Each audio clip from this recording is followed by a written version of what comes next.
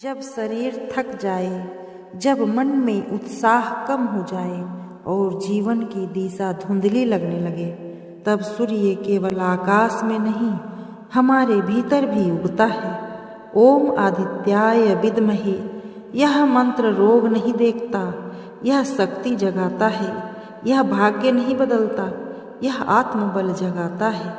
शरीर में ऊर्जा, ओज और तेज की वृद्धि, कमजोरी, थकान और नकारात्मकता में कमी, मानसिक स्पष्टता और आत्मविश्वास, हृदय, नेत्र और संपूर्ण स्वास्थ्य के लिए शुभ, कर्म शक्ति, निर्णय क्षमता और नेतृत्व गुण बढ़ाता है।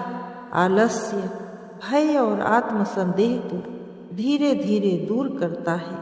यह मंत्र उन लोगों के लिए विशेष है जो बीमारी, मानसिक थकावट या जीवन में रुकेपन से जूझ रहे हैं। सूर्योदय के समय सर्वोत्तम पूर्व दिशा की ओर मुख करके बैठें। 108 बार या 21 बार जप के साथ यह भाव रखें, मेरे भीतर सूर्य जाग रहा है, मैं कमजोर नहीं हूँ, मेरे भीतर सूर्य का तेज है। ओम आदित्याय विद्महे दिवाकराय धीमहि तन्नः सूर्यः प्रचोदयात्। ओम आदित्याय विद्महे दिवाकराय धीमहि तन्नः सूर्यः प्रचोदयात्। ओम आदित्याय विद्महे दिवाकराय धीमहि तन्नः सूर्यः प्रचोदयात्। ओम आदित्याय विद्महे दिवाकराय धीमहि तन्नः सूर्यः प्रचोदयात्। ओम आदित्याय विद्महे दिवाकराय धीमहि तन्नः सूर्यः प्रचोदयात्। ओम आदित्याय विद्महे दिवाकराय धीमहि तन्नः सूर्यः प्रचोदयात्। ओम आदित्याय विद्महे दिवाकराय धीमहि तन्नः सूर्यः प्रचोदयात्। ओम आदित्याय विद्महे दिवाकराय धीमहि तन्नः सूर्यः प्रचोदयात्। ओम आदित्याय विद्महे दिवाकराय धीमहि तन्नः सूर्यः प्रचोदयात्। ओम आदित्याय विद्महे दिवाकराय धीमहि तन्नः सूर्यः प्रचोदयात्।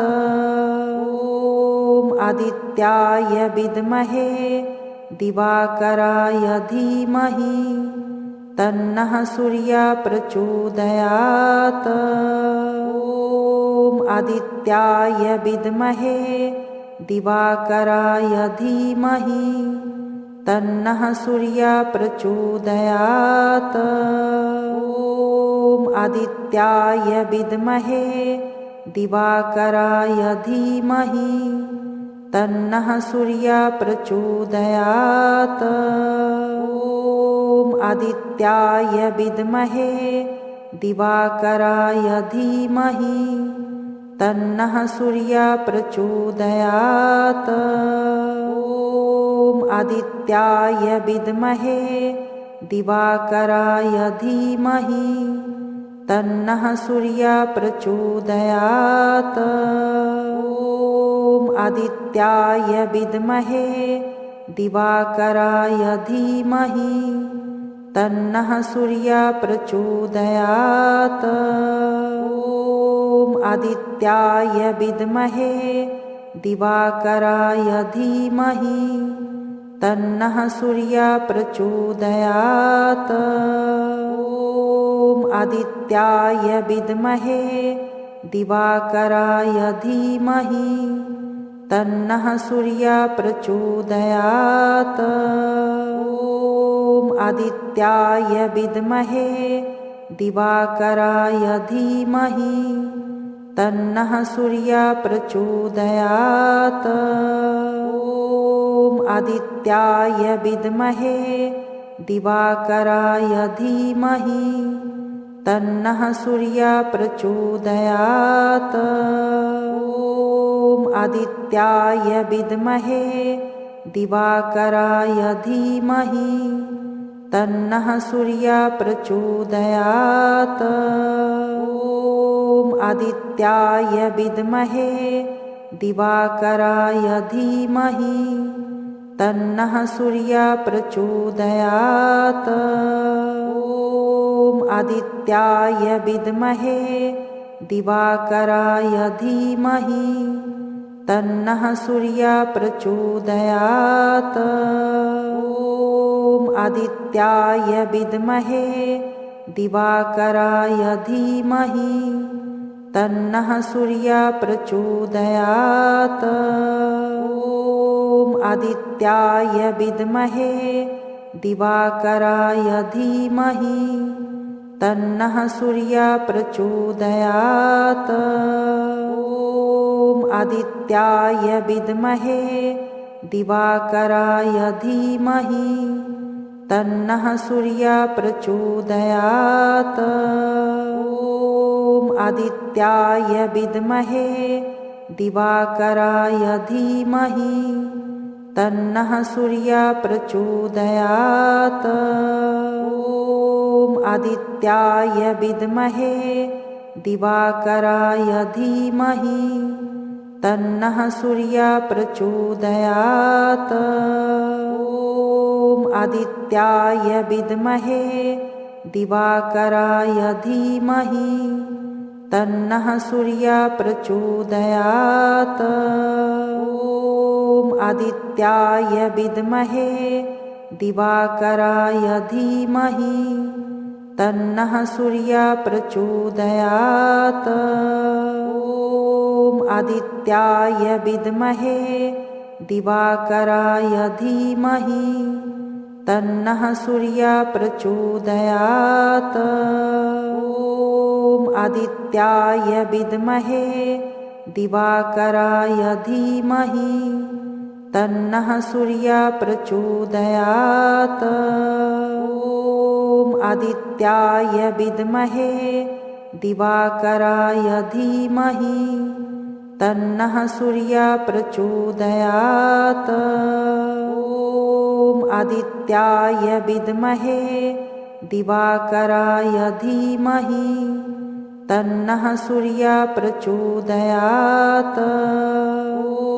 ॐ आदित्याय विद्महे दिवाकराय धीमहि तन्नः सूर्यः प्रचोदयात्।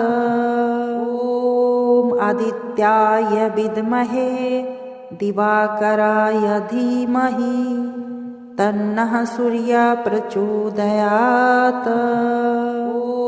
ॐ आदित्याय विद्महे दिवाकराय धीमहि तन्नः सूर्यः प्रचोदयात्। ॐ आदित्याय विद्महे दिवाकराय धीमहि तन्नः सूर्यः प्रचोदयात्।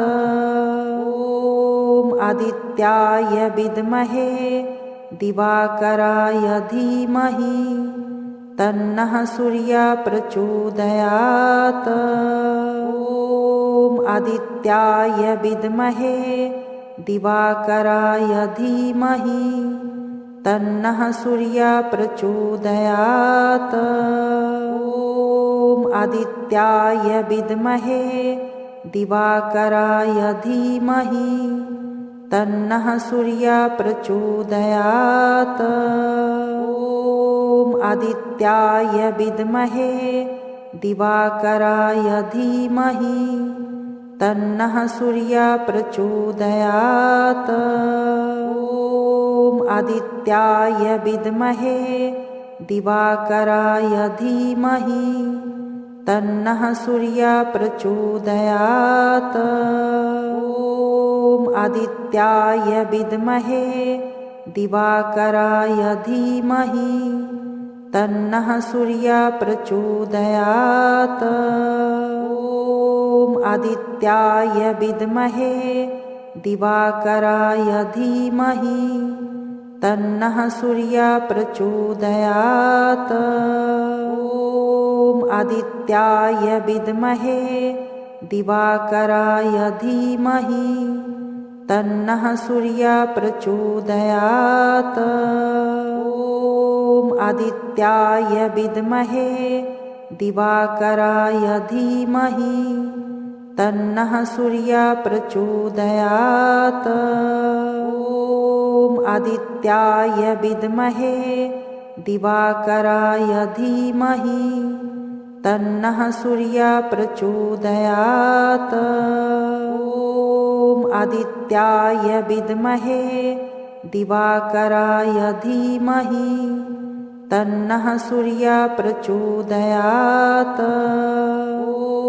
ॐ आदित्याय विद्महे दिवाकराय धीमहि तन्नः सूर्यः प्रचोदयात्। ॐ आदित्याय विद्महे दिवाकराय धीमहि तन्नः सूर्यः प्रचोदयात्। ॐ आदित्याय विद्महे दिवाकराय धीमहि तन्नः सूर्यः प्रचोदयात्। ॐ आदित्याय विद्महे दिवाकराय धीमहि तन्नः सूर्यः प्रचोदयात्। ॐ आदित्याय विद्महे दिवाकराय धीमहि तन्नः सूर्यः प्रचोदयात्। ॐ आदित्याय विद्महे दिवाकराय धीमहि तन्नः सूर्यः प्रचोदयात्। ॐ आदित्याय विद्महे दिवाकराय धीमहि तन्नः सूर्यः प्रचोदयात्। ॐ आदित्याय विद्महे दिवाकराय धीमहि तन्नः सूर्यः प्रचोदयात्। ॐ आदित्याय विद्महे दिवाकराय धीमहि तन्नः सूर्यः प्रचोदयात्।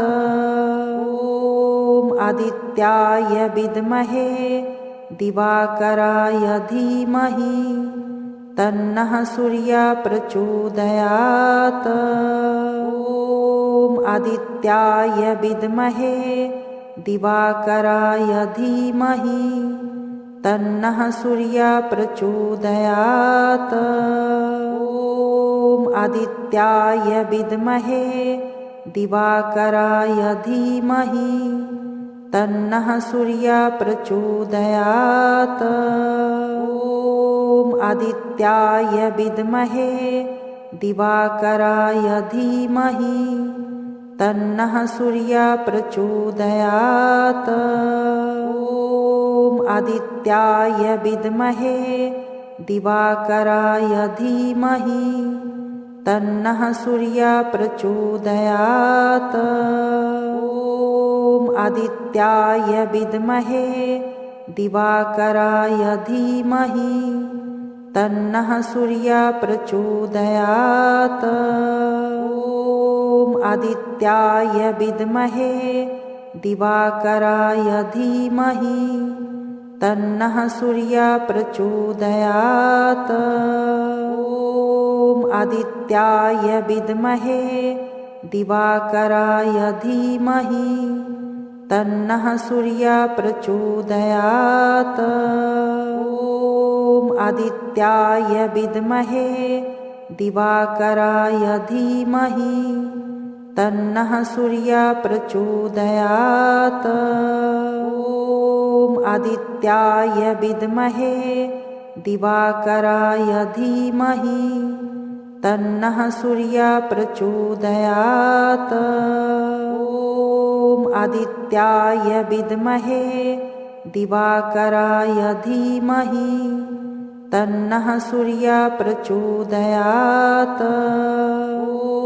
ॐ आदित्याय विद्महे दिवाकराय धीमहि तन्नः सूर्यः प्रचोदयात्।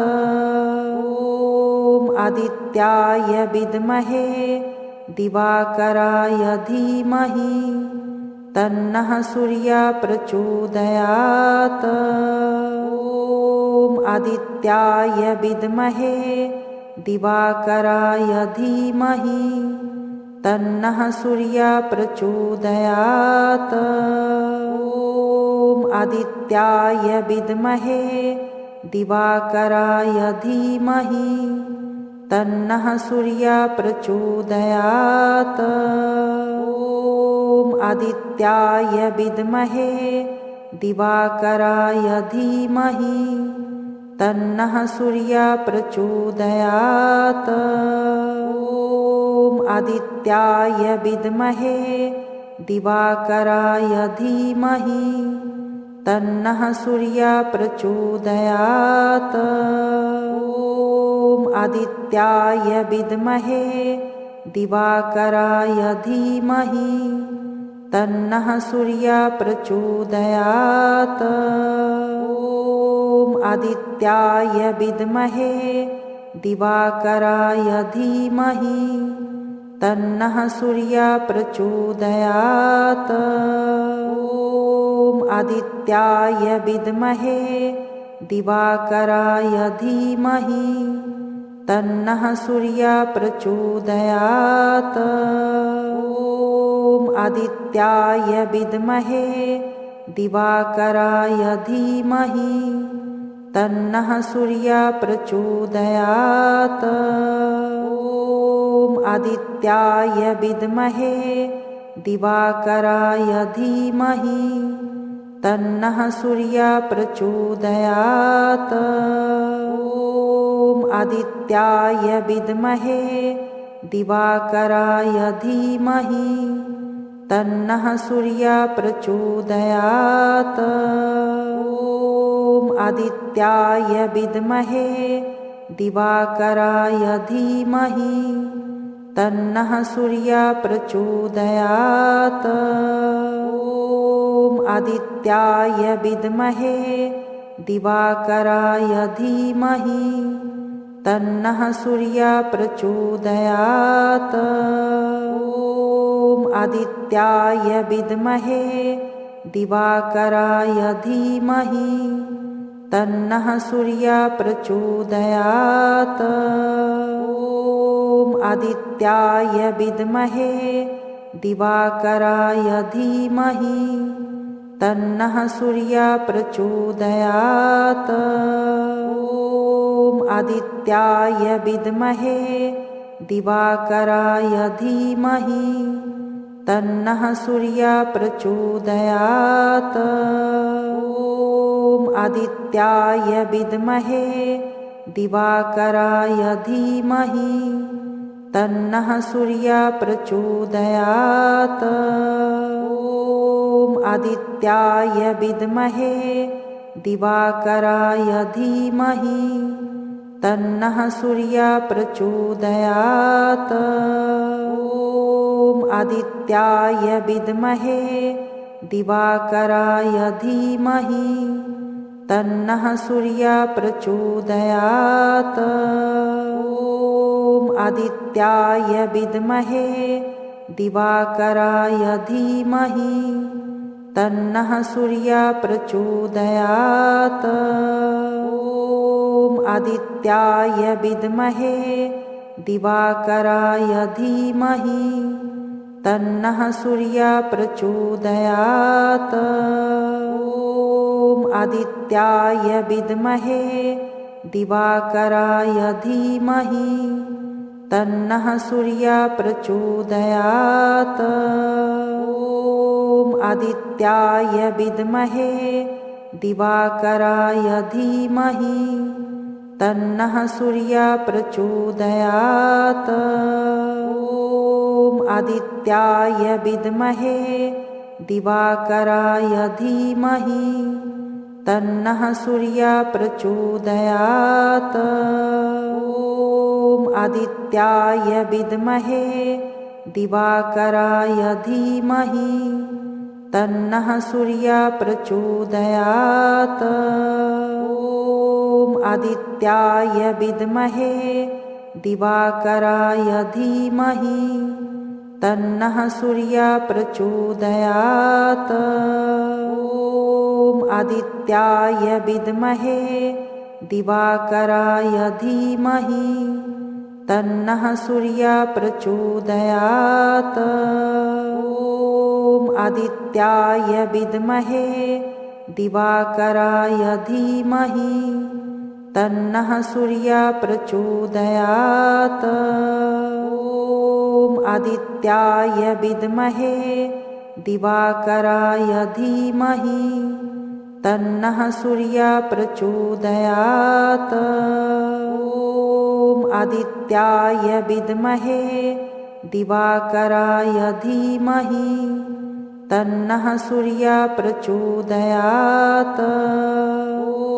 ॐ आदित्याय विद्महे दिवाकराय धीमहि तन्नः सूर्यः प्रचोदयात्। ॐ आदित्याय विद्महे दिवाकराय धीमहि तन्नः सूर्यः प्रचोदयात्। ॐ आदित्याय विद्महे दिवाकराय धीमहि तन्नः सूर्यः प्रचोदयात्।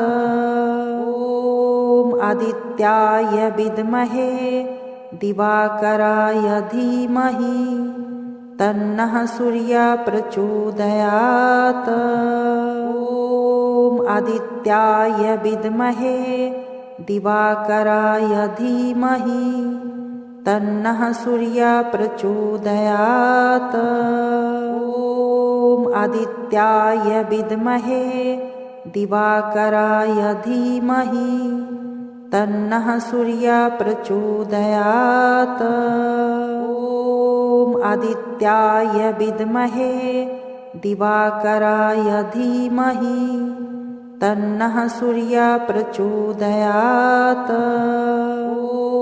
ॐ आदित्याय विद्महे दिवाकराय धीमहि तन्नः सूर्यः प्रचोदयात्।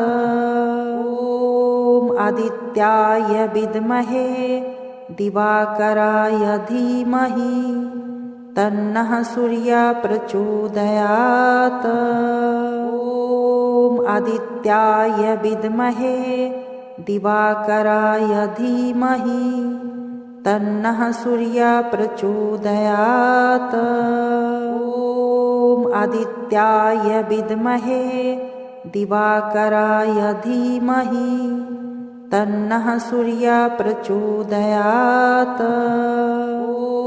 ॐ आदित्याय विद्महे दिवाकराय धीमहि तन्नः सूर्यः प्रचोदयात्।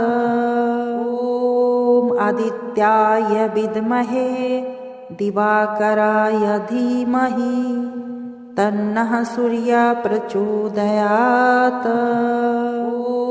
ॐ आदित्याय विद्महे दिवाकराय धीमहि तन्नः सूर्यः प्रचोदयात्। ॐ आदित्याय विद्महे दिवाकराय धीमहि तन्नः सूर्यः प्रचोदयात्।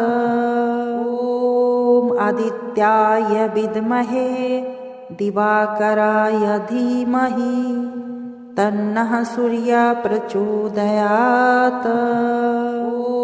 ॐ आदित्याय विद्महे दिवाकराय धीमहि तन्नः सूर्यः प्रचोदयात्। ॐ आदित्याय विद्महे दिवाकराय धीमहि तन्नः सूर्यः प्रचोदयात्। ॐ आदित्याय विद्महे दिवाकराय धीमहि तन्नः सूर्यः प्रचोदयात्। ॐ आदित्याय विद्महे दिवाकराय धीमहि तन्नः सूर्यः प्रचोदयात्। ॐ आदित्याय विद्महे दिवाकराय धीमहि तन्नः सूर्यः प्रचोदयात्। ॐ आदित्याय विद्महे दिवाकराय धीमहि तन्नः सूर्यः प्रचोदयात्। ॐ आदित्याय विद्महे दिवाकराय धीमहि तन्नः सूर्यः प्रचोदयात्। ॐ आदित्याय विद्महे दिवाकराय धीमहि तन्नः सूर्यः प्रचोदयात्। ॐ आदित्याय विद्महे दिवाकराय धीमहि तन्नः सूर्यः प्रचोदयात्। ॐ आदित्याय विद्महे दिवाकराय धीमहि तन्नः सूर्यः प्रचोदयात्। ॐ आदित्याय विद्महे दिवाकराय धीमहि तन्नः सूर्यः प्रचोदयात्। ॐ आदित्याय विद्महे दिवाकराय धीमहि तन्नः सूर्यः प्रचोदयात्। ॐ आदित्याय विद्महे दिवाकराय धीमहि तन्नः सूर्यः प्रचोदयात्। ॐ आदित्याय विद्महे दिवाकराय धीमहि तन्नः सूर्यः प्रचोदयात्। ॐ आदित्याय विद्महे दिवाकराय धीमहि तन्नः सूर्यः प्रचोदयात्। ॐ आदित्याय विद्महे दिवाकराय धीमहि तन्नः सूर्यः प्रचोदयात्। ॐ आदित्याय विद्महे दिवाकराय धीमहि तन्नः सूर्यः प्रचोदयात्। ॐ आदित्याय विद्महे दिवाकराय धीमहि तन्नः सूर्यः प्रचोदयात्। ॐ आदित्याय विद्महे दिवाकराय धीमहि तन्नः सूर्यः प्रचोदयात्। ॐ आदित्याय विद्महे दिवाकराय धीमहि तन्नः सूर्यः प्रचोदयात्। ॐ आदित्याय विद्महे दिवाकराय धीमहि तन्नः सूर्यः प्रचोदयात्। ॐ आदित्याय विद्महे दिवाकराय धीमहि तन्नः सूर्यः प्रचोदयात्।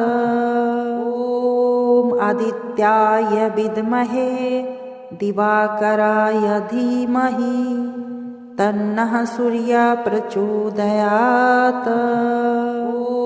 ॐ आदित्याय विद्महे दिवाकराय धीमहि तन्नः सूर्यः प्रचोदयात्। ॐ आदित्याय विद्महे दिवाकराय धीमहि तन्नः सूर्यः प्रचोदयात्। ॐ आदित्याय विद्महे दिवाकराय धीमहि तन्नः सूर्यः प्रचोदयात्। ॐ आदित्याय विद्महे दिवाकराय धीमहि तन्नः सूर्यः प्रचोदयात्। ॐ आदित्याय विद्महे दिवाकराय धीमहि तन्नः सूर्यः प्रचोदयात्। ॐ आदित्याय विद्महे दिवाकराय धीमहि तन्नः सूर्यः प्रचोदयात्। ॐ आदित्याय विद्महे दिवाकराय धीमहि तन्नः सूर्यः प्रचोदयात्। ॐ आदित्याय विद्महे दिवाकराय धीमहि तन्नः सूर्यः प्रचोदयात्।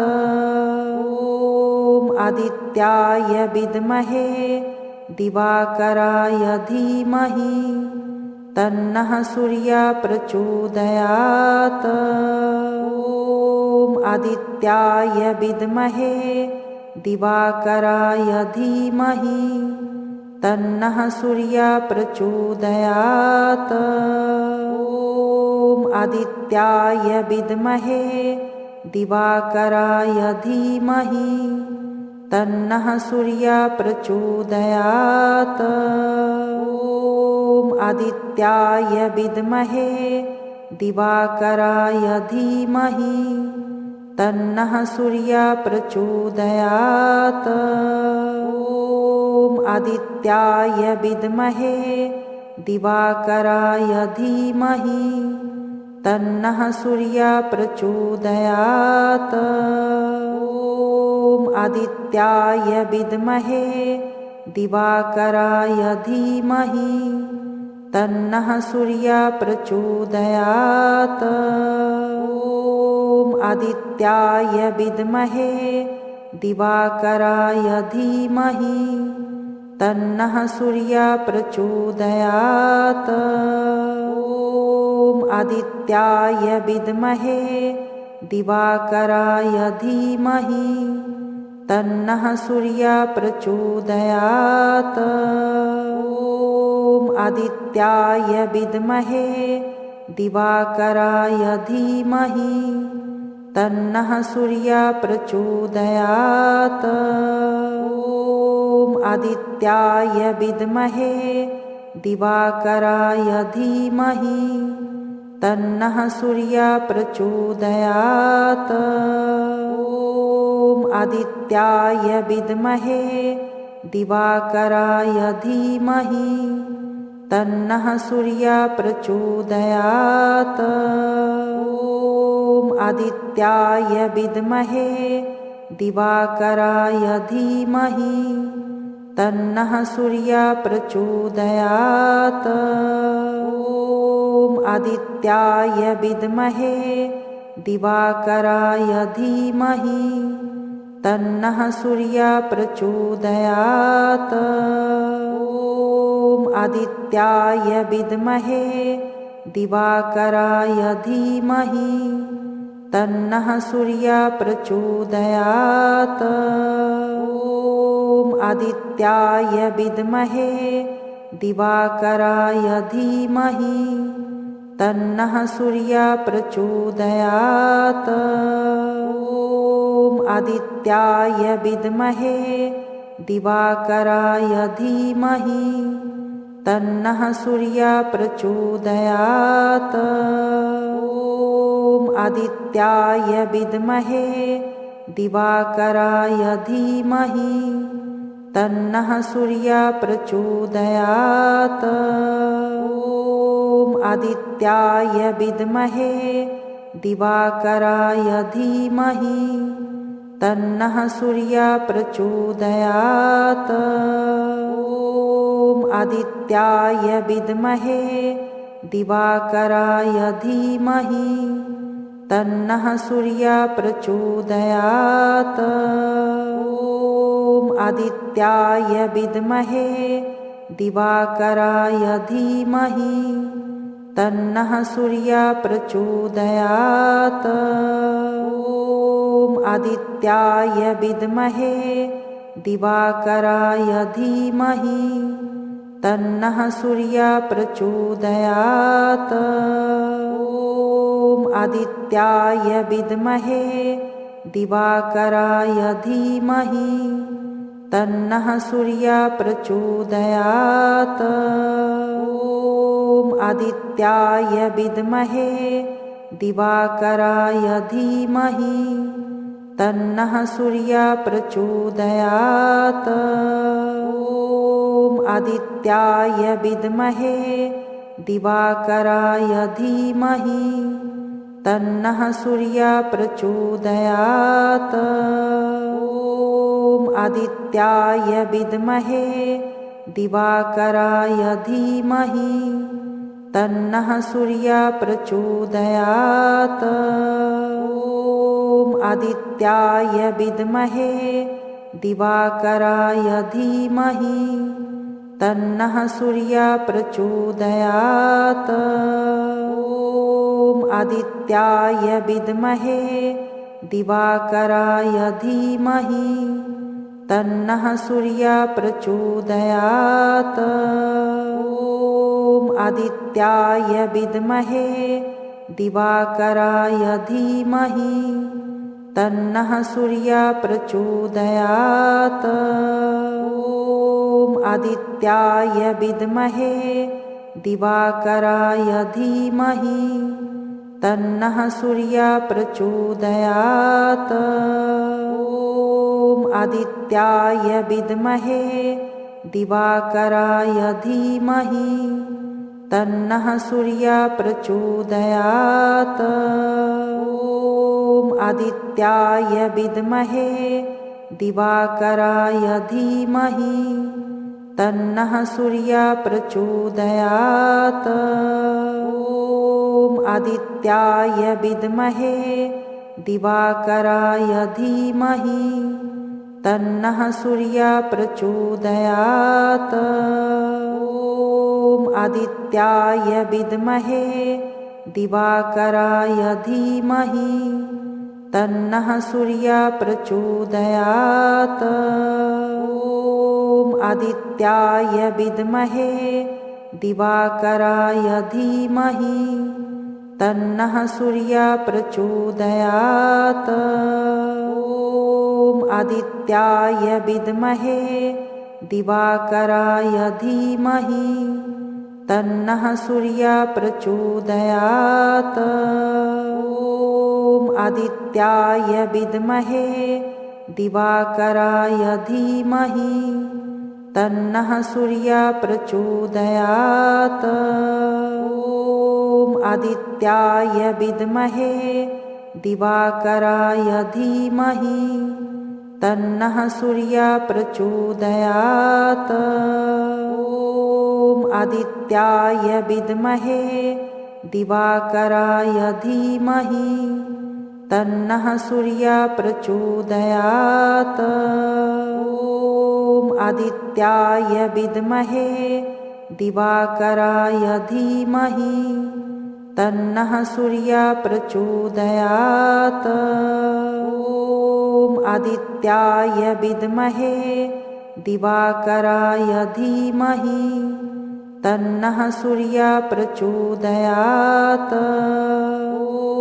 ॐ आदित्याय विद्महे दिवाकराय धीमहि तन्नः सूर्यः प्रचोदयात्। ॐ आदित्याय विद्महे दिवाकराय धीमहि तन्नः सूर्यः प्रचोदयात्। ॐ आदित्याय विद्महे दिवाकराय धीमहि तन्नः सूर्यः प्रचोदयात्। ॐ आदित्याय विद्महे दिवाकराय धीमहि तन्नः सूर्यः प्रचोदयात्। ॐ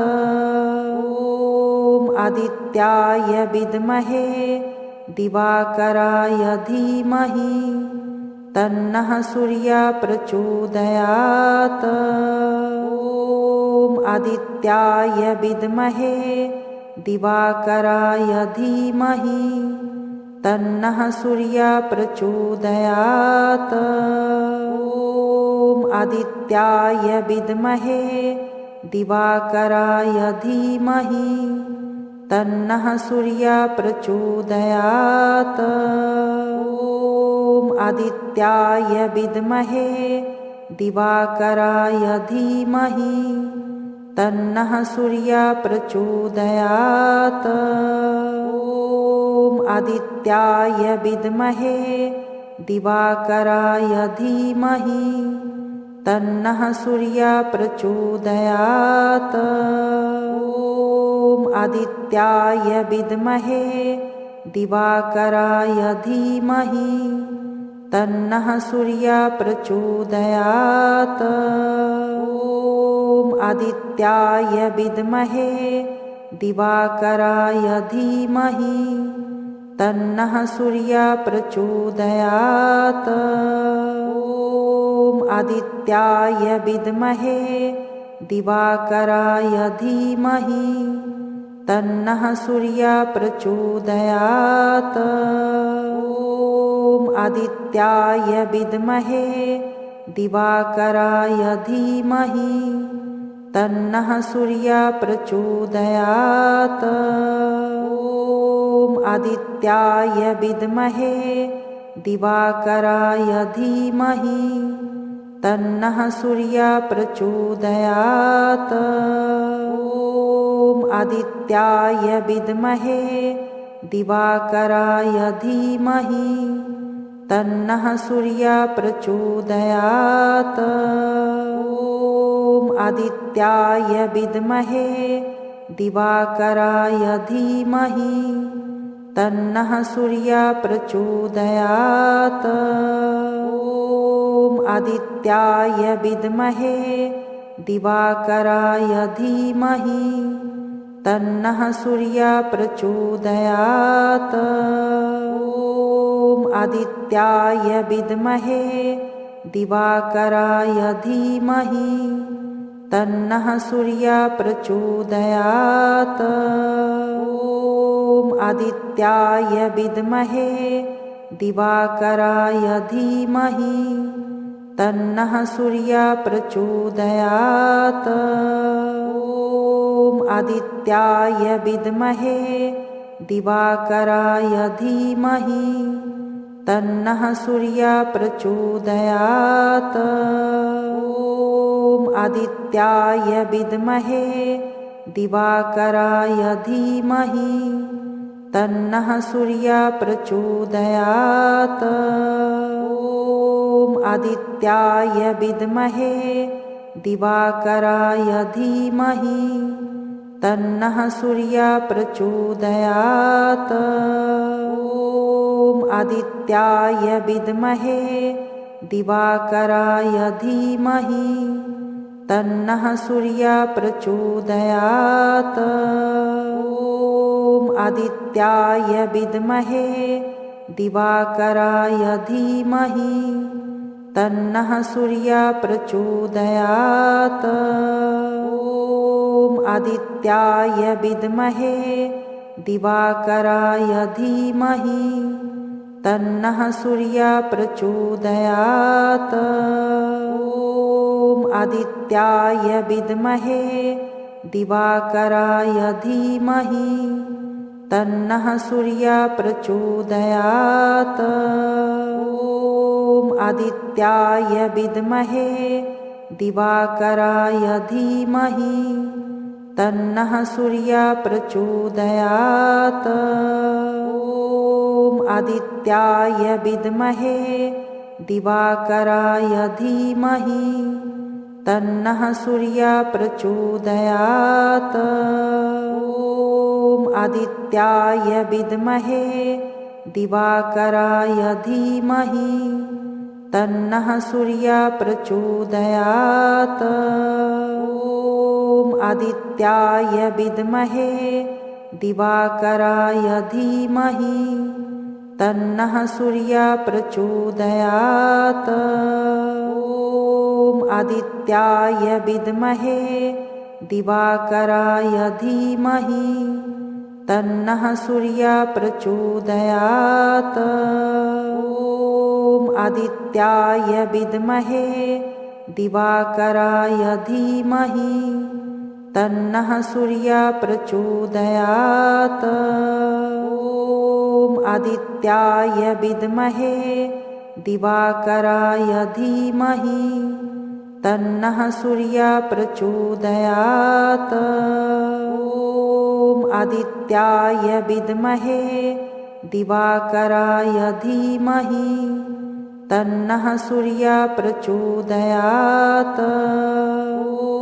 ॐ आदित्याय विद्महे दिवाकराय धीमहि तन्नः सूर्यः प्रचोदयात्।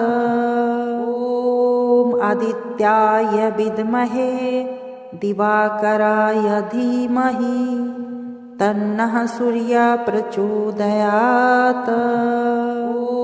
ॐ आदित्याय विद्महे दिवाकराय धीमहि तन्नः सूर्यः प्रचोदयात्। ॐ आदित्याय विद्महे दिवाकराय धीमहि तन्नः सूर्यः प्रचोदयात्। ॐ आदित्याय विद्महे दिवाकराय धीमहि तन्नः सूर्यः प्रचोदयात्। ॐ आदित्याय विद्महे दिवाकराय धीमहि तन्नः सूर्यः प्रचोदयात्। ॐ आदित्याय विद्महे दिवाकराय धीमहि तन्नः सूर्यः प्रचोदयात्। ॐ आदित्याय विद्महे दिवाकराय धीमहि तन्नः सूर्यः प्रचोदयात्। ॐ आदित्याय विद्महे दिवाकराय धीमहि तन्नः सूर्यः प्रचोदयात्। ॐ आदित्याय विद्महे दिवाकराय धीमहि तन्नः सूर्यः प्रचोदयात्। ॐ आदित्याय विद्महे दिवाकराय धीमहि तन्नः सूर्यः प्रचोदयात्। ॐ आदित्याय विद्महे दिवाकराय धीमहि तन्नः सूर्यः प्रचोदयात्। ॐ आदित्याय विद्महे दिवाकराय धीमहि तन्नः सूर्यः प्रचोदयात्।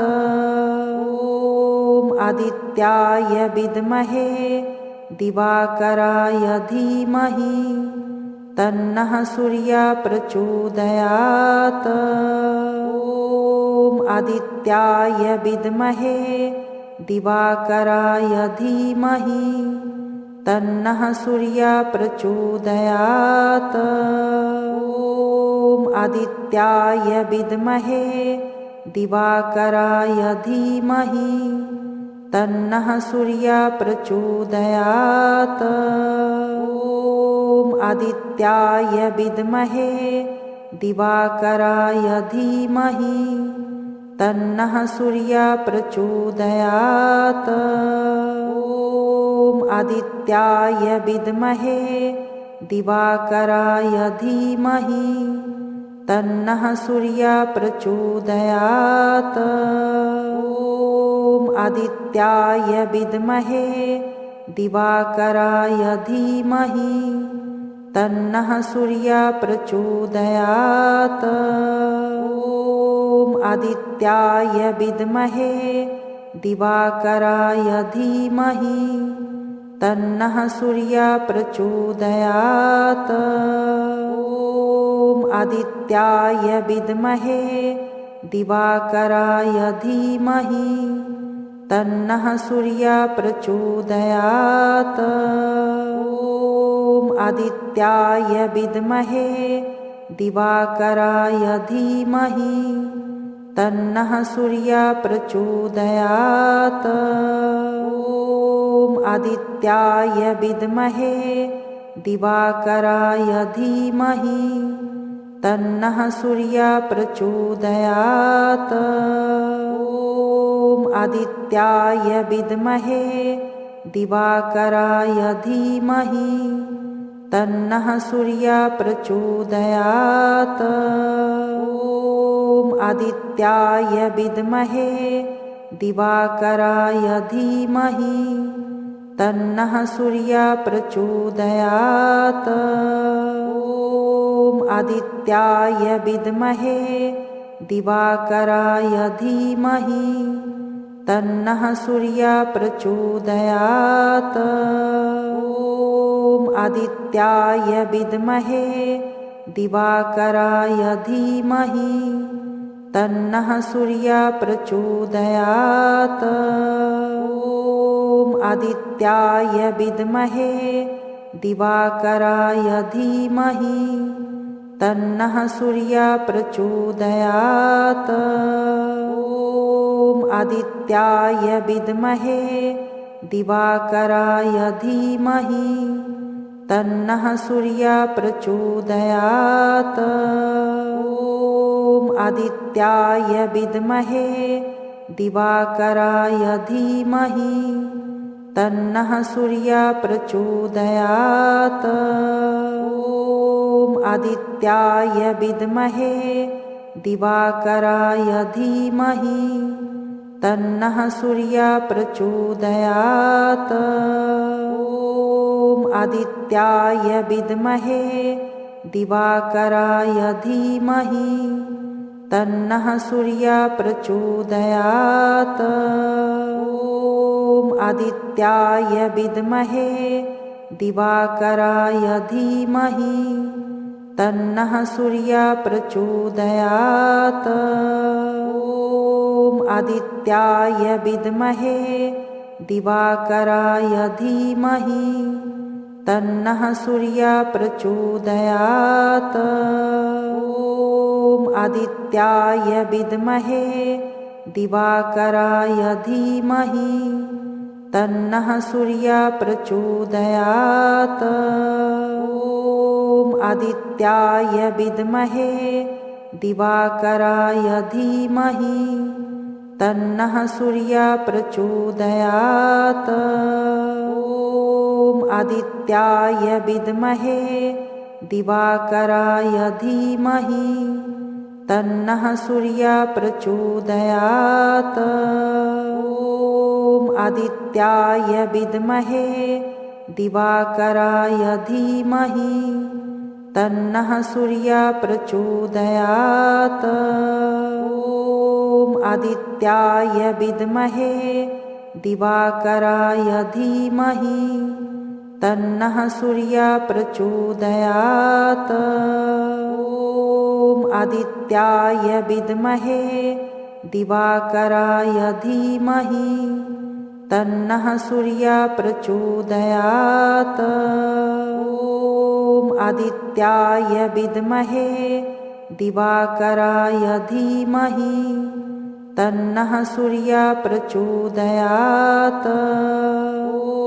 ॐ आदित्याय विद्महे दिवाकराय धीमहि तन्नः सूर्यः प्रचोदयात्। ॐ आदित्याय विद्महे दिवाकराय धीमहि तन्नः सूर्यः प्रचोदयात्।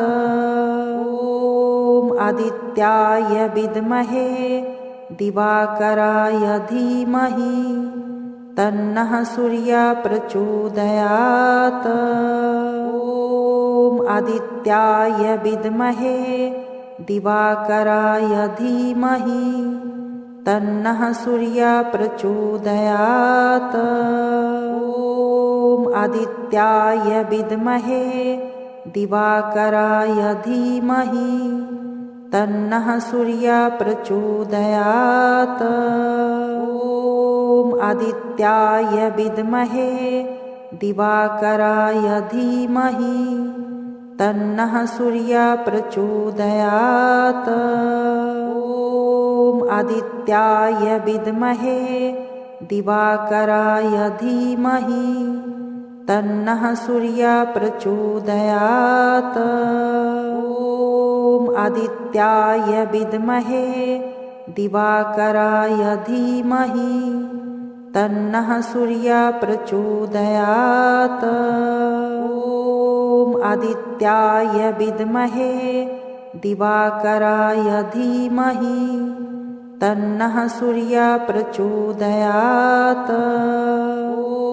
ॐ आदित्याय विद्महे दिवाकराय धीमहि तन्नः सूर्यः प्रचोदयात्।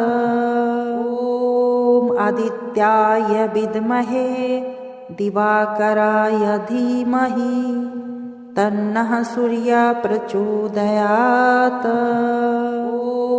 ॐ आदित्याय विद्महे दिवाकराय धीमहि तन्नः सूर्यः प्रचोदयात्।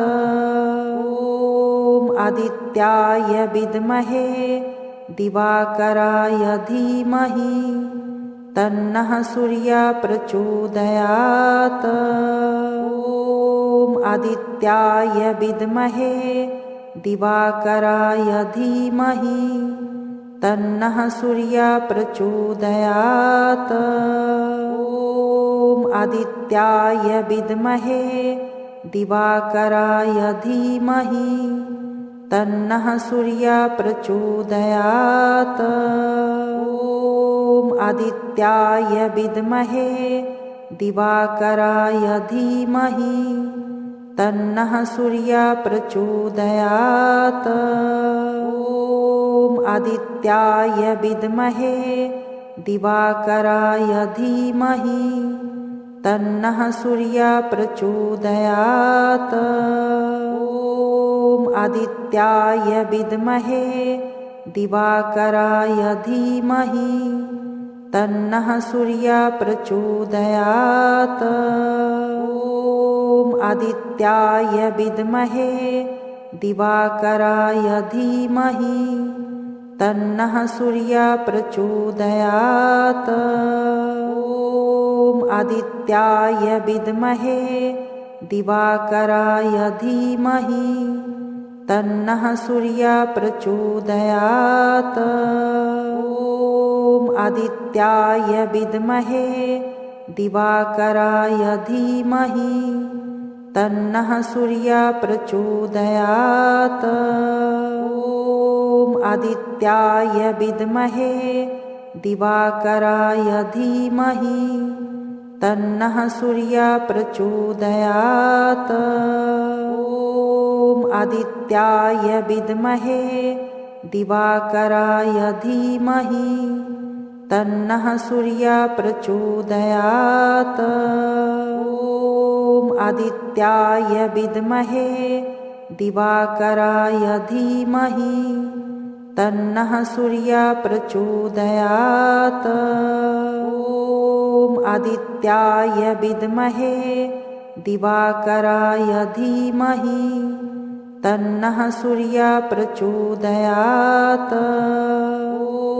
ॐ आदित्याय विद्महे दिवाकराय धीमहि तन्नः सूर्यः प्रचोदयात्। ॐ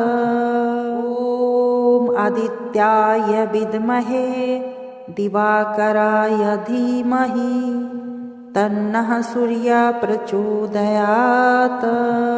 ॐ आदित्याय विद्महे दिवाकराय धीमहि तन्नः सूर्यः प्रचोदयात्।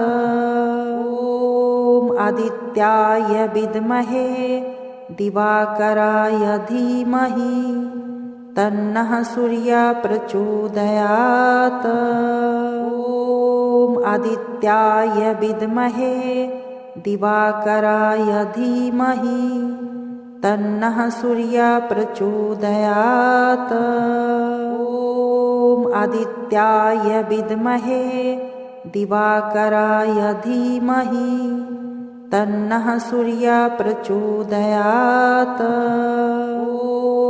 आदित्याय विद्महे दिवाकराय धीमहि तन्नः सूर्यः प्रचोदयात्। ॐ आदित्याय विद्महे दिवाकराय धीमहि तन्नः सूर्यः प्रचोदयात्। ॐ आदित्याय विद्महे दिवाकराय धीमहि तन्नः सूर्यः प्रचोदयात्। ॐ आदित्याय विद्महे दिवाकराय धीमहि तन्नः सूर्यः प्रचोदयात्। ॐ आदित्याय विद्महे दिवाकराय धीमहि तन्नः सूर्यः प्रचोदयात्। ॐ आदित्याय विद्महे दिवाकराय धीमहि तन्नः सूर्यः प्रचोदयात्। ॐ आदित्याय विद्महे दिवाकराय धीमहि तन्नः सूर्यः प्रचोदयात्। ॐ आदित्याय विद्महे दिवाकराय धीमहि तन्नः सूर्यः प्रचोदयात्। ॐ आदित्याय विद्महे दिवाकराय धीमहि तन्नः सूर्यः प्रचोदयात्। ॐ आदित्याय विद्महे दिवाकराय धीमहि तन्नः सूर्यः प्रचोदयात्। ॐ आदित्याय विद्महे दिवाकराय धीमहि तन्नः सूर्यः प्रचोदयात्। ॐ आदित्याय विद्महे दिवाकराय धीमहि तन्नः सूर्यः प्रचोदयात्। ॐ आदित्याय विद्महे दिवाकराय धीमहि तन्नः सूर्यः प्रचोदयात्। ॐ आदित्याय विद्महे दिवाकराय धीमहि तन्नः सूर्यः प्रचोदयात्।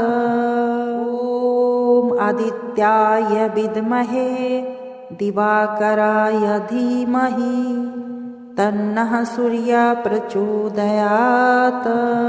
ॐ आदित्याय विद्महे दिवाकराय धीमहि तन्नः सूर्यः प्रचोदयात्। ॐ आदित्याय विद्महे दिवाकराय धीमहि तन्नः सूर्यः प्रचोदयात्। ॐ आदित्याय विद्महे दिवाकराय धीमहि तन्नः सूर्यः प्रचोदयात्। ॐ आदित्याय विद्महे दिवाकराय धीमहि तन्नः सूर्यः प्रचोदयात्। ॐ आदित्याय विद्महे दिवाकराय धीमहि तन्नः सूर्यः प्रचोदयात्। ॐ आदित्याय विद्महे दिवाकराय धीमहि तन्नः सूर्यः प्रचोदयात्। ॐ आदित्याय विद्महे दिवाकराय धीमहि तन्नः सूर्यः प्रचोदयात्। ॐ आदित्याय विद्महे दिवाकराय धीमहि तन्नः सूर्यः प्रचोदयात्। ॐ आदित्याय विद्महे दिवाकराय धीमहि तन्नः सूर्यः प्रचोदयात्। ॐ आदित्याय विद्महे दिवाकराय धीमहि तन्नः सूर्यः प्रचोदयात्। ॐ आदित्याय विद्महे दिवाकराय धीमहि तन्नः सूर्यः प्रचोदयात्। ॐ आदित्याय विद्महे दिवाकराय धीमहि तन्नः सूर्यः प्रचोदयात्।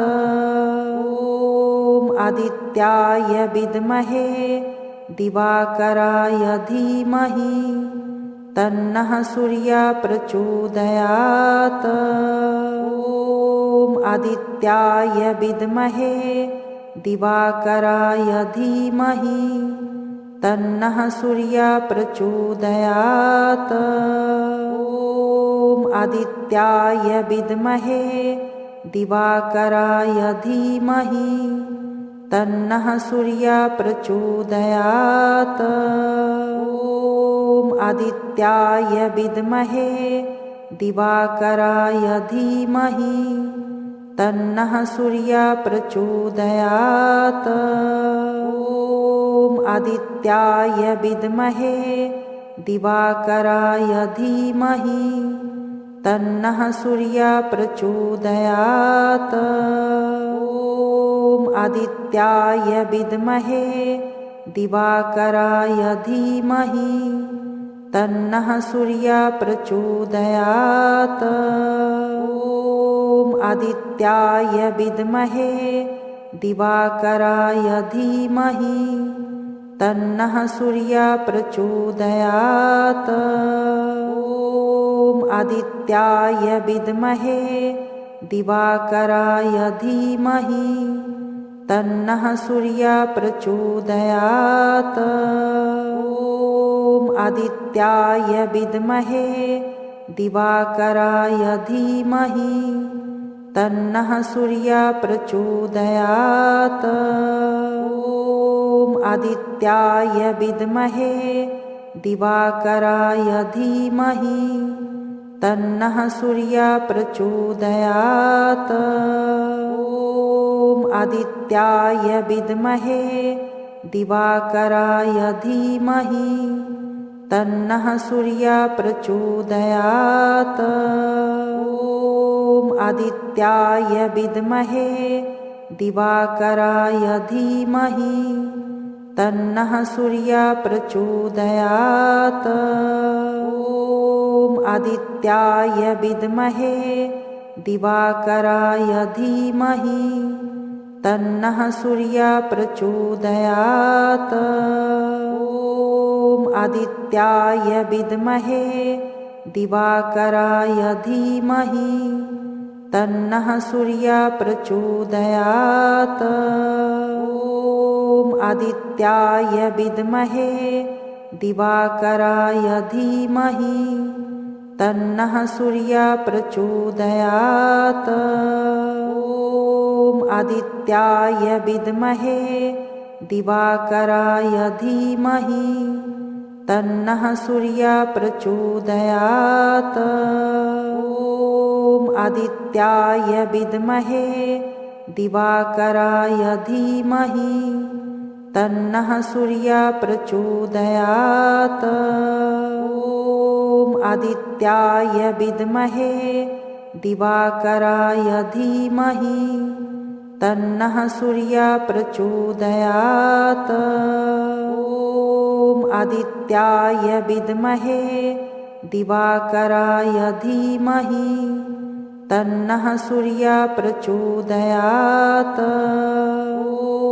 ॐ आदित्याय विद्महे दिवाकराय धीमहि तन्नः सूर्यः प्रचोदयात्।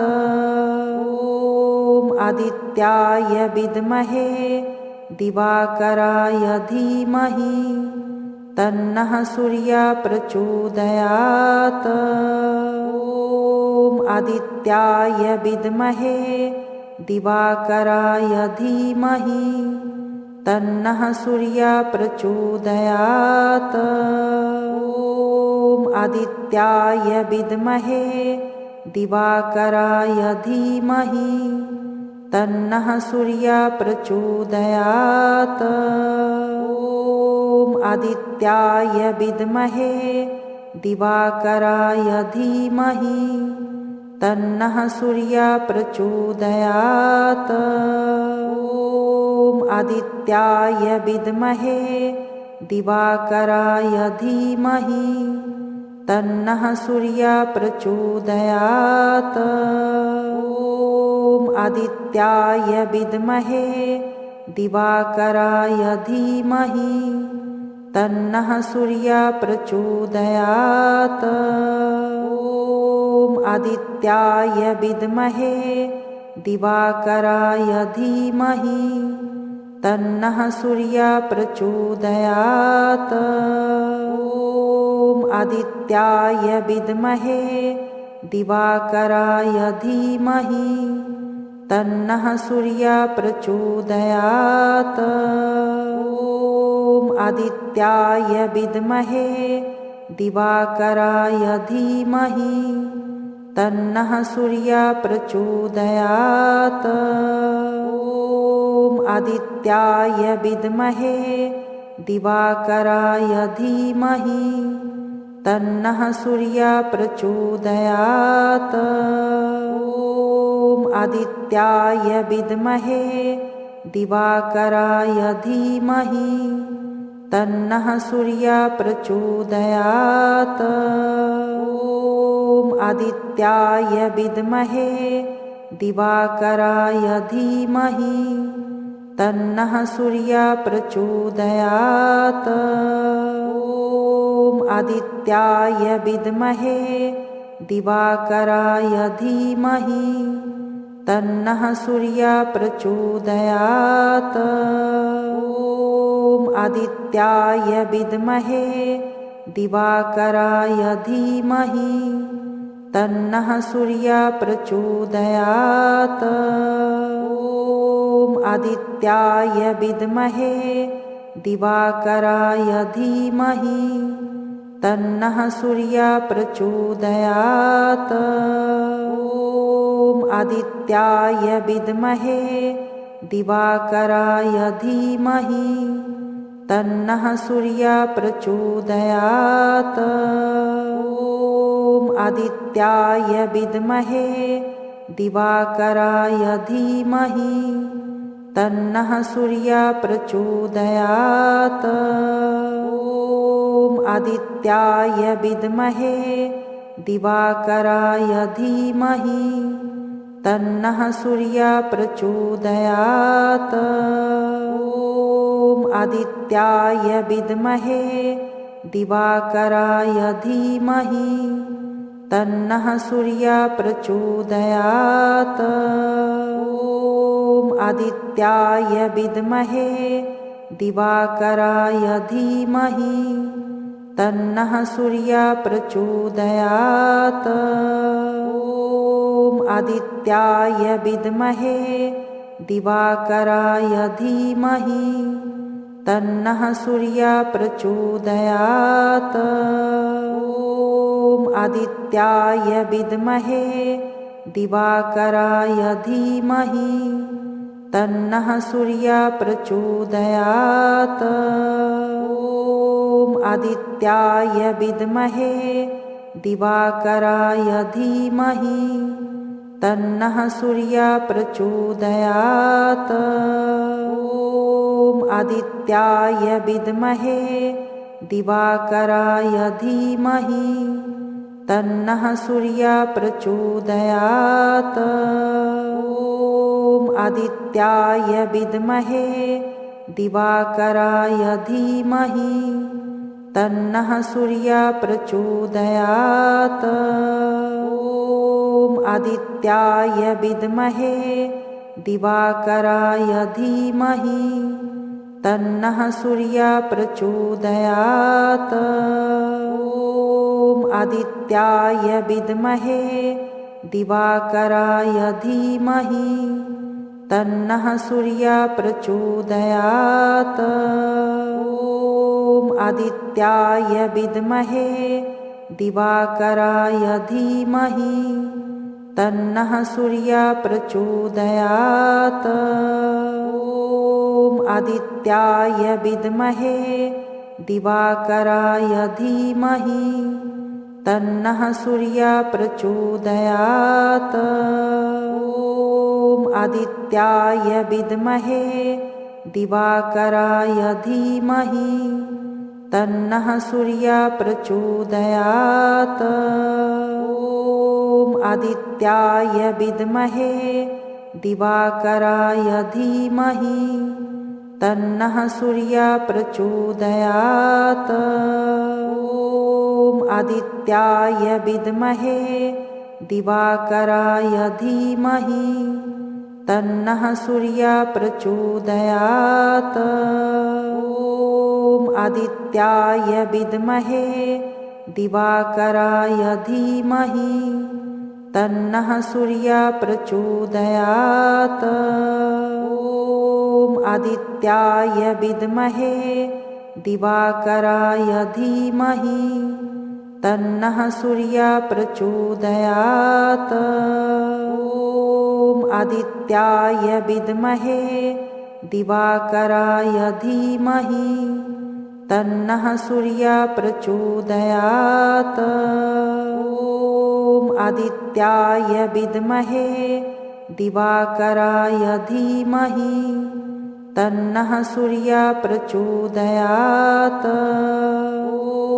ॐ आदित्याय विद्महे दिवाकराय धीमहि तन्नः सूर्यः प्रचोदयात्। ॐ आदित्याय विद्महे दिवाकराय धीमहि तन्नः सूर्यः प्रचोदयात्। ॐ आदित्याय विद्महे दिवाकराय धीमहि तन्नः सूर्यः प्रचोदयात्। ॐ आदित्याय विद्महे दिवाकराय धीमहि तन्नः सूर्यः प्रचोदयात्। ॐ आदित्याय विद्महे दिवाकराय धीमहि तन्नः सूर्यः प्रचोदयात्। ॐ आदित्याय विद्महे दिवाकराय धीमहि तन्नः सूर्यः प्रचोदयात्। ॐ आदित्याय विद्महे दिवाकराय धीमहि तन्नः सूर्यः प्रचोदयात्।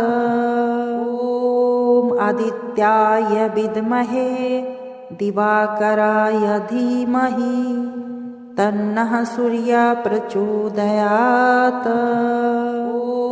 ॐ आदित्याय विद्महे दिवाकराय धीमहि तन्नः सूर्यः प्रचोदयात्। ॐ आदित्याय विद्महे दिवाकराय धीमहि तन्नः सूर्यः प्रचोदयात्।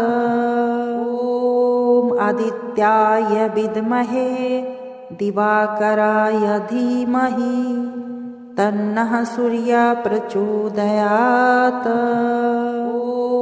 ॐ आदित्याय विद्महे दिवाकराय धीमहि तन्नः सूर्यः प्रचोदयात्।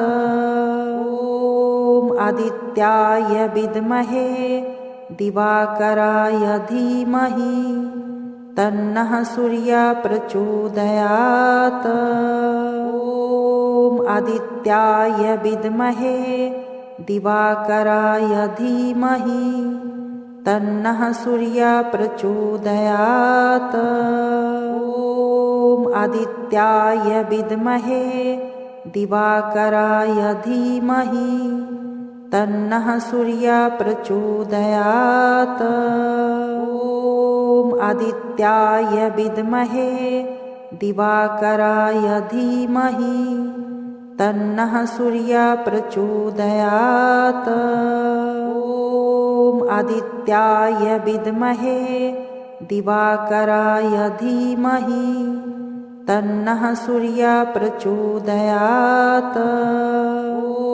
ॐ आदित्याय विद्महे दिवाकराय धीमहि तन्नः सूर्यः प्रचोदयात्। ॐ आदित्याय विद्महे दिवाकराय धीमहि तन्नः सूर्यः प्रचोदयात्। ॐ आदित्याय विद्महे दिवाकराय धीमहि तन्नः सूर्यः प्रचोदयात्। ॐ आदित्याय विद्महे दिवाकराय धीमहि तन्नः सूर्यः प्रचोदयात्। ॐ आदित्याय विद्महे दिवाकराय धीमहि तन्नः सूर्यः प्रचोदयात्। ॐ आदित्याय विद्महे दिवाकराय धीमहि तन्नः सूर्यः प्रचोदयात्। ॐ आदित्याय विद्महे दिवाकराय धीमहि तन्नः सूर्यः प्रचोदयात्। ॐ आदित्याय विद्महे दिवाकराय धीमहि तन्नः सूर्यः प्रचोदयात्। ॐ आदित्याय विद्महे दिवाकराय धीमहि तन्नः सूर्यः प्रचोदयात्। ॐ आदित्याय विद्महे दिवाकराय धीमहि तन्नः सूर्यः प्रचोदयात्। ॐ आदित्याय विद्महे दिवाकराय धीमहि तन्नः सूर्यः प्रचोदयात्। ॐ आदित्याय विद्महे दिवाकराय धीमहि तन्नः सूर्यः प्रचोदयात्। ॐ आदित्याय विद्महे दिवाकराय धीमहि तन्नः सूर्यः प्रचोदयात्। ॐ आदित्याय विद्महे दिवाकराय धीमहि तन्नः सूर्यः प्रचोदयात्। ॐ आदित्याय विद्महे दिवाकराय धीमहि तन्नः सूर्यः प्रचोदयात्। ॐ आदित्याय विद्महे दिवाकराय धीमहि तन्नः सूर्यः प्रचोदयात्। ॐ आदित्याय विद्महे दिवाकराय धीमहि तन्नः सूर्यः प्रचोदयात्। ॐ आदित्याय विद्महे दिवाकराय धीमहि तन्नः सूर्यः प्रचोदयात्। ॐ आदित्याय विद्महे दिवाकराय धीमहि तन्नः सूर्यः प्रचोदयात्। ॐ आदित्याय विद्महे दिवाकराय धीमहि तन्नः सूर्यः प्रचोदयात्। ॐ आदित्याय विद्महे दिवाकराय धीमहि तन्नः सूर्यः प्रचोदयात्। ॐ आदित्याय विद्महे दिवाकराय धीमहि तन्नः सूर्यः प्रचोदयात्। ॐ आदित्याय विद्महे दिवाकराय धीमहि तन्नः सूर्यः प्रचोदयात्।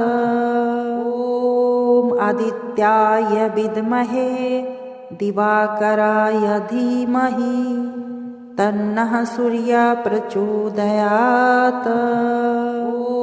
ॐ आदित्याय विद्महे दिवाकराय धीमहि तन्नः सूर्यः प्रचोदयात्। ॐ आदित्याय विद्महे दिवाकराय धीमहि तन्नः सूर्यः प्रचोदयात्। ॐ आदित्याय विद्महे दिवाकराय धीमहि तन्नः सूर्यः प्रचोदयात्। ॐ आदित्याय विद्महे दिवाकराय धीमहि तन्नः सूर्यः प्रचोदयात्। ॐ आदित्याय विद्महे दिवाकराय धीमहि तन्नः सूर्यः प्रचोदयात्। ॐ आदित्याय विद्महे दिवाकराय धीमहि तन्नः सूर्यः प्रचोदयात्। ॐ आदित्याय विद्महे दिवाकराय धीमहि तन्नः सूर्यः प्रचोदयात्। ॐ आदित्याय विद्महे दिवाकराय धीमहि तन्नः सूर्यः प्रचोदयात्। ॐ आदित्याय विद्महे दिवाकराय धीमहि तन्नः सूर्यः प्रचोदयात्। ॐ आदित्याय विद्महे दिवाकराय धीमहि तन्नः सूर्यः प्रचोदयात्। ॐ आदित्याय विद्महे दिवाकराय धीमहि तन्नः सूर्यः प्रचोदयात्। ॐ आदित्याय विद्महे दिवाकराय धीमहि तन्नः सूर्यः प्रचोदयात्। ॐ आदित्याय विद्महे दिवाकराय धीमहि तन्नः सूर्यः प्रचोदयात्। ॐ आदित्याय विद्महे दिवाकराय धीमहि तन्नः सूर्यः प्रचोदयात्। ॐ आदित्याय विद्महे दिवाकराय धीमहि तन्नः सूर्यः प्रचोदयात्। ॐ आदित्याय विद्महे दिवाकराय धीमहि तन्नः सूर्यः प्रचोदयात्। ॐ आदित्याय विद्महे दिवाकराय धीमहि तन्नः सूर्यः प्रचोदयात्। ॐ आदित्याय विद्महे दिवाकराय धीमहि तन्नः सूर्यः प्रचोदयात्। ॐ आदित्याय विद्महे दिवाकराय धीमहि तन्नः सूर्यः प्रचोदयात्। ॐ आदित्याय विद्महे दिवाकराय धीमहि तन्नः सूर्यः प्रचोदयात्। ॐ आदित्याय विद्महे दिवाकराय धीमहि तन्नः सूर्यः प्रचोदयात्। ॐ आदित्याय विद्महे दिवाकराय धीमहि तन्नः सूर्यः प्रचोदयात्। ॐ आदित्याय विद्महे दिवाकराय धीमहि तन्नः सूर्यः प्रचोदयात्। ॐ आदित्याय विद्महे दिवाकराय धीमहि तन्नः सूर्यः प्रचोदयात्। ॐ आदित्याय विद्महे दिवाकराय धीमहि तन्नः सूर्यः प्रचोदयात्। ॐ आदित्याय विद्महे दिवाकराय धीमहि तन्नः सूर्यः प्रचोदयात्। ॐ आदित्याय विद्महे दिवाकराय धीमहि तन्नः सूर्यः प्रचोदयात्। ॐ आदित्याय विद्महे दिवाकराय धीमहि तन्नः सूर्यः प्रचोदयात्। ॐ आदित्याय विद्महे दिवाकराय धीमहि तन्नः सूर्यः प्रचोदयात्। ॐ आदित्याय विद्महे दिवाकराय धीमहि तन्नः सूर्यः प्रचोदयात्। ॐ आदित्याय विद्महे दिवाकराय धीमहि तन्नः सूर्यः प्रचोदयात्। ॐ आदित्याय विद्महे दिवाकराय धीमहि तन्नः सूर्यः प्रचोदयात्। ॐ आदित्याय विद्महे दिवाकराय धीमहि तन्नः सूर्यः प्रचोदयात्। ॐ आदित्याय विद्महे दिवाकराय धीमहि तन्नः सूर्यः प्रचोदयात्। ॐ आदित्याय विद्महे दिवाकराय धीमहि तन्नः सूर्यः प्रचोदयात्। ॐ आदित्याय विद्महे दिवाकराय धीमहि तन्नः सूर्यः प्रचोदयात्। ॐ आदित्याय विद्महे दिवाकराय धीमहि तन्नः सूर्यः प्रचोदयात्। ॐ आदित्याय विद्महे दिवाकराय धीमहि तन्नः सूर्यः प्रचोदयात्। ॐ आदित्याय विद्महे दिवाकराय धीमहि तन्नः सूर्यः प्रचोदयात्।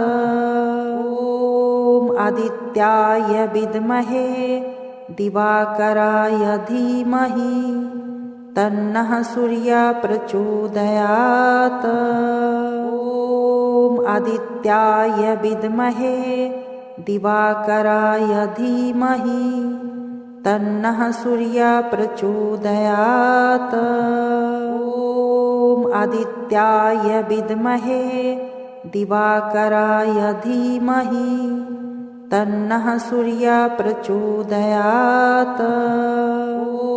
ॐ आदित्याय विद्महे दिवाकराय धीमहि तन्नः सूर्यः प्रचोदयात्।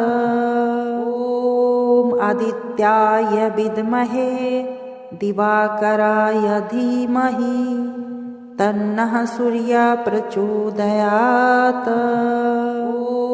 ॐ आदित्याय विद्महे दिवाकराय धीमहि तन्नः सूर्यः प्रचोदयात्।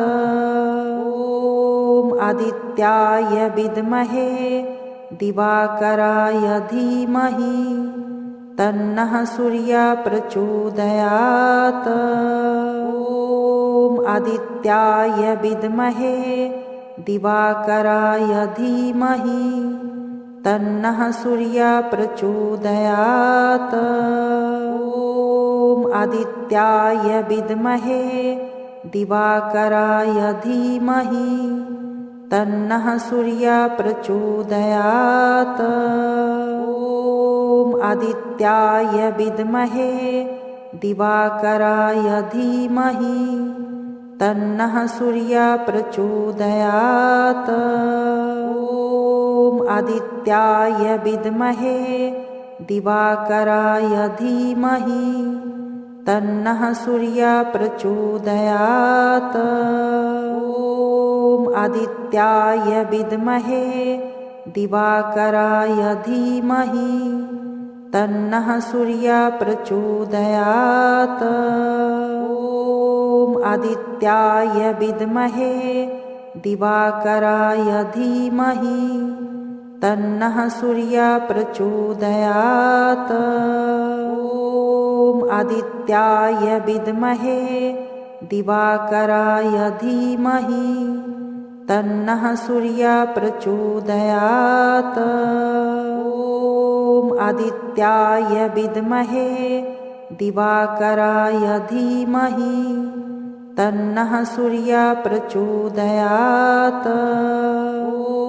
ॐ आदित्याय विद्महे दिवाकराय धीमहि तन्नः सूर्यः प्रचोदयात्। ॐ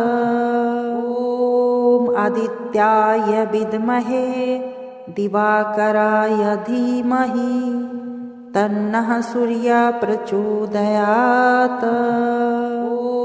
ॐ आदित्याय विद्महे दिवाकराय धीमहि तन्नः सूर्यः प्रचोदयात्। ॐ आदित्याय विद्महे दिवाकराय धीमहि तन्नः सूर्यः प्रचोदयात्। ॐ आदित्याय विद्महे दिवाकराय धीमहि तन्नः सूर्यः प्रचोदयात्। ॐ आदित्याय विद्महे दिवाकराय धीमहि तन्नः सूर्यः प्रचोदयात्। ॐ आदित्याय विद्महे दिवाकराय धीमहि तन्नः सूर्यः प्रचोदयात्। ॐ आदित्याय विद्महे दिवाकराय धीमहि तन्नः सूर्यः प्रचोदयात्। ॐ आदित्याय विद्महे दिवाकराय धीमहि तन्नः सूर्यः प्रचोदयात्। ॐ आदित्याय विद्महे दिवाकराय धीमहि तन्नः सूर्यः प्रचोदयात्। ॐ आदित्याय विद्महे दिवाकराय धीमहि तन्नः सूर्यः प्रचोदयात्। ॐ आदित्याय विद्महे दिवाकराय धीमहि तन्नः सूर्यः प्रचोदयात्। ॐ आदित्याय विद्महे दिवाकराय धीमहि तन्नः सूर्यः प्रचोदयात्। ॐ आदित्याय विद्महे दिवाकराय धीमहि तन्नः सूर्यः प्रचोदयात्। ॐ आदित्याय विद्महे दिवाकराय धीमहि तन्नः सूर्यः प्रचोदयात्। सूर्य बाहर उगता है लेकिन उसकी असली शक्ति भीतर उतरती है। इस मंत्र को रोज जपिए और महसूस कीजिए कैसे आत्मबल फिर से लौट आता है। ओम आदित्याय विद्महे। आप कमजोर नहीं हैं, आप प्रकाश से बने हैं।